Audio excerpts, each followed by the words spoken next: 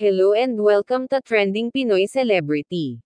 Celebrity lola na si Vilma Santos, nagbahagi ng nakaka-good vibes na video nila ng kanyang pamilya, habang kalaro ang apo na si Baby Peanut.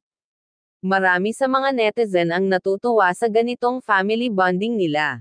Maging ang asawa ni Vilma na si Ralph Recto, ay aliw na aliw kay Peanut. Ating panoorin ang kabuuan ng kanilang video.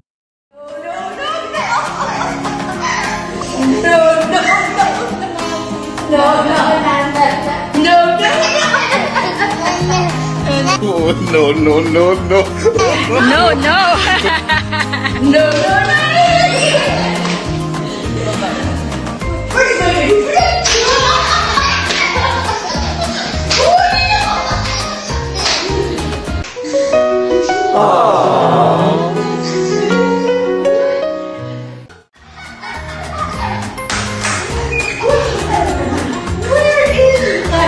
Baby Peanut? What?